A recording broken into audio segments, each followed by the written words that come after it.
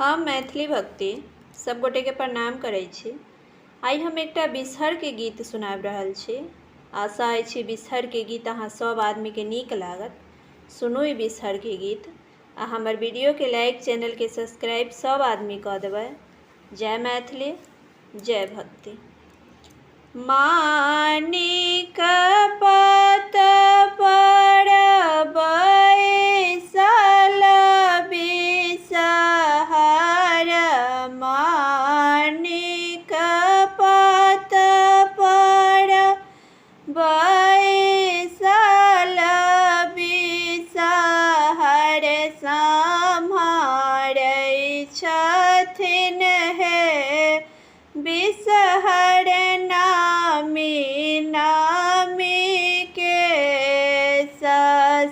सम्हारै छथिन हे बिसहर नामी नामी के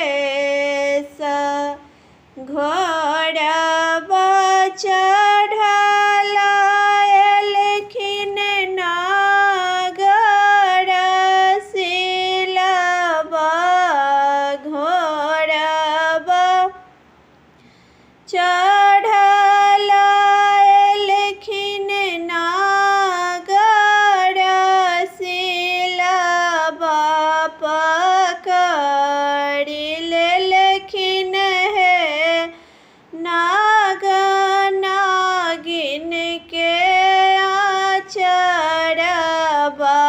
पकड़ लेलखिन हे नाग नागिन के आचरबा।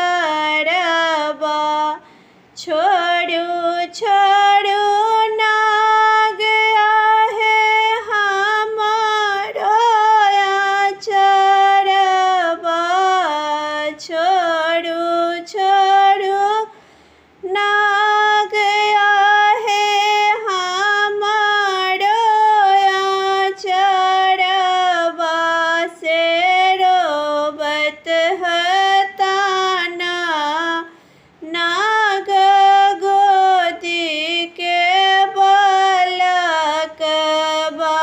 से रोबत हताना नाग गोदी के बालकबा।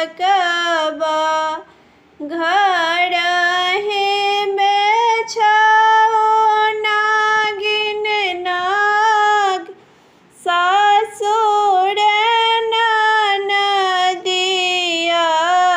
घरहि में छौ नागिन सासुर ननदिया, खेलबत है तोगे नागिन गोदी के बालकबा, खेलबत है तोगे नागिन गोदी के बालकबा।